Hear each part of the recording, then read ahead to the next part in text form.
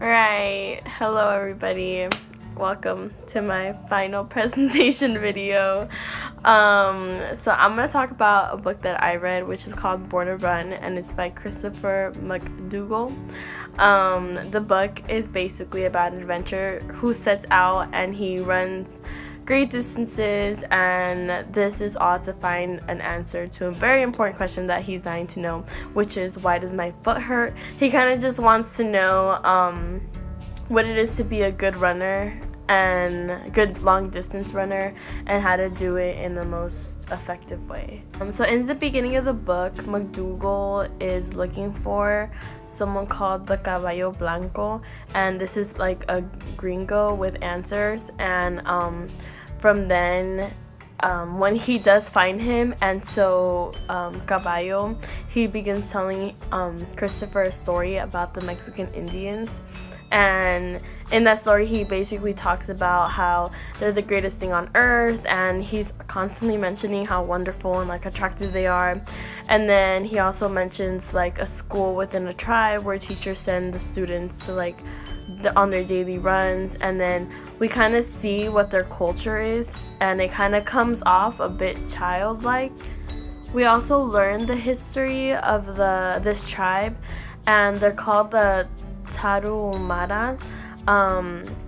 We learn about how what they specialize is like the mastery of running, and this is all a result of like centuries of practice, and along with the skill to like run these great distances, they also have very excellent health, and they have extreme serenity.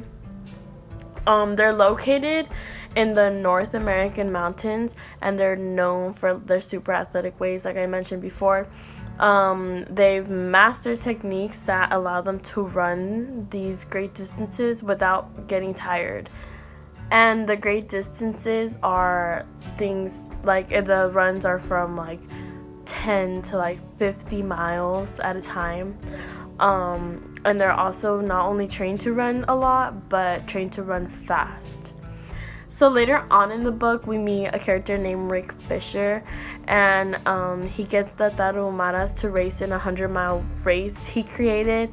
But they don't look like they run very well, because he has runners dropping out of the race like before they even reach their halfway mark.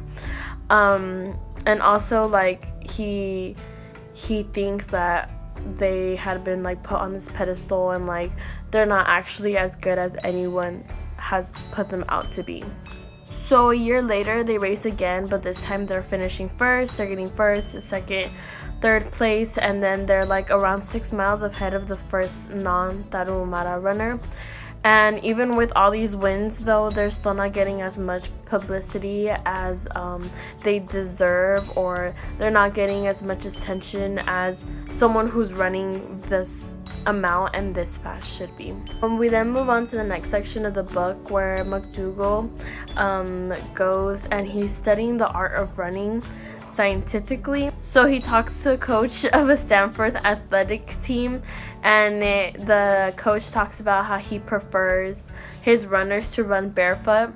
And then he also goes on to say how Nike runs a lot of ad campaigns based on this information, and they make a lot of money making thin-soled shoes that make you feel like you're running barefoot. And this is all, again, like scientifically backed up.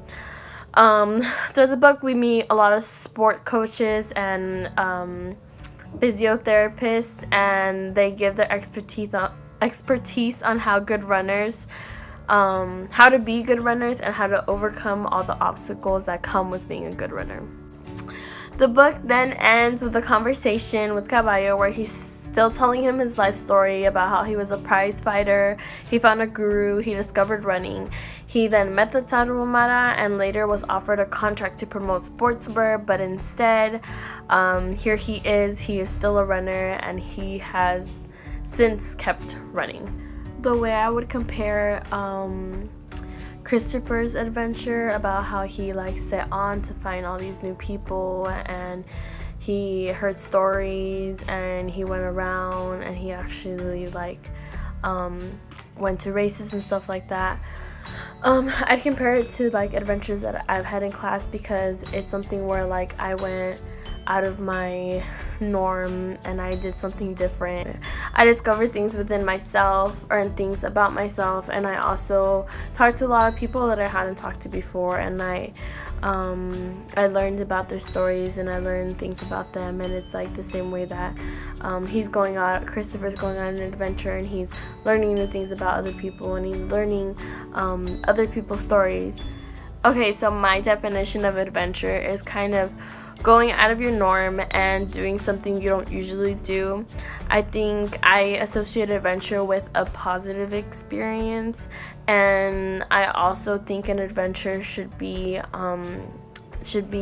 anything where you're learning something new, whether it be about yourself, about other people, about a place, but it's kind of like you're getting something out of it. So an adventure I plan on going to Hawaii, and I want to take tours around, like guided tours, and kind of hike the islands and learn about the history of Hawaii and see lots of waterfalls in Hawaii. And yeah, I'm really interested in it, and I'm really excited to go. Thank you guys for watching my final video presentation.